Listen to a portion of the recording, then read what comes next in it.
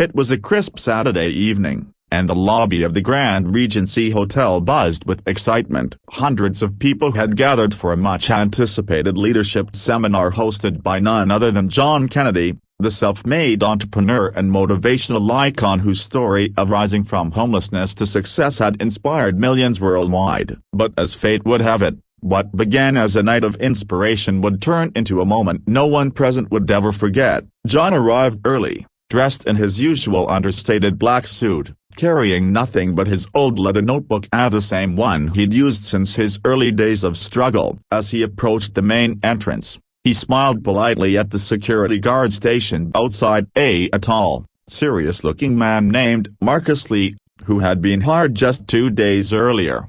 "Sorry, sir," Marcus said, blocking the doorway. "This event is private. Only registered guests are allowed inside." John chuckled softly. "I understand. I'm actually the speaker tonight." John Kennedy. Marcus's brows furrowed. "Right," he replied skeptically, glancing at his clipboard. "Everyone says that when they're late, you'll need to step aside." "Sir, no entry without proper identification." John reached into his pocket only to realize he had left his ID and a van pass in the car. The guests nearby, unaware of who he was, began whispering. A few even pulled out their phones, amused by the unfolding scene. For most of them, John Kennedy existed only on massive billboards, YouTube ads, and best-selling book covers. Seeing him in person, humble and patient, didn't quite fit the image they had built in their minds. But John didn't argue. He simply smiled. "No problem, officer. You're just doing your job." For nearly 15 minutes, John waited quietly outside the hall where his name flashed across the giant LED screen. A night with John Kennedy, unleash the power within. Inside, his team scrambled as the event's start time crept closer. The audience was restless, murmuring questions about why the speaker hadn't arrived. Meanwhile, Marcus continued to stand firm, unaware that the very man he was stopping was the reason for the entire event. Then something remarkable happened. A young janitor named Elena, who had worked at the hotel for years, walked by with her cleaning cart. She froze mid-step when she saw John. Her eyes widened in disbelief. "Mr. Kennedy, is that really you?" John nodded, laughing gently. "It's me, though your friend here doesn't believe so." Elena turned to Marcus, her voice trembling with excitement. "Sir, that's him. I've watched all his videos. He changed my life when I almost gave up during the pandemic. Please, you have to let him in." Marcus blinked,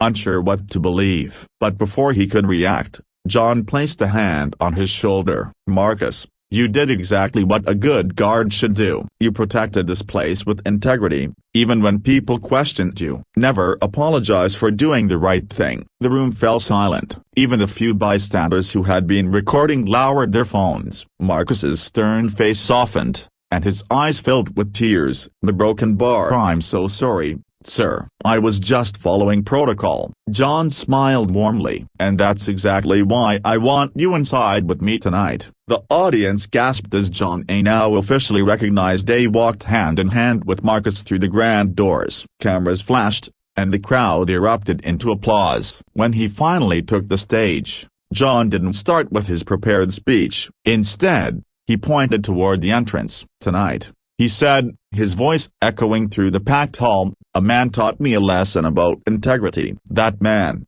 Marcus, did not know who I was, and he didn't need to. He saw a rule and stood by it. Too often, we judge others by status, not by values. But real greatness isn't in how much power you hold, it's in how much principle you keep." Marcus, now seated in the front row, was visibly emotional. Elena stood beside him, wiping tears from her eyes. For the next hour, John spoke from the heart, not from his rehearsed script, but from the very moment that had just unfolded. He talked about humility, kindness, and the importance of staying true to one's duty even when the world doesn't recognize you. By the end of the event, the standing ovation wasn't just for John, it was for Marcus, for Elena, and for every unseen hero who quietly does the right thing every single day.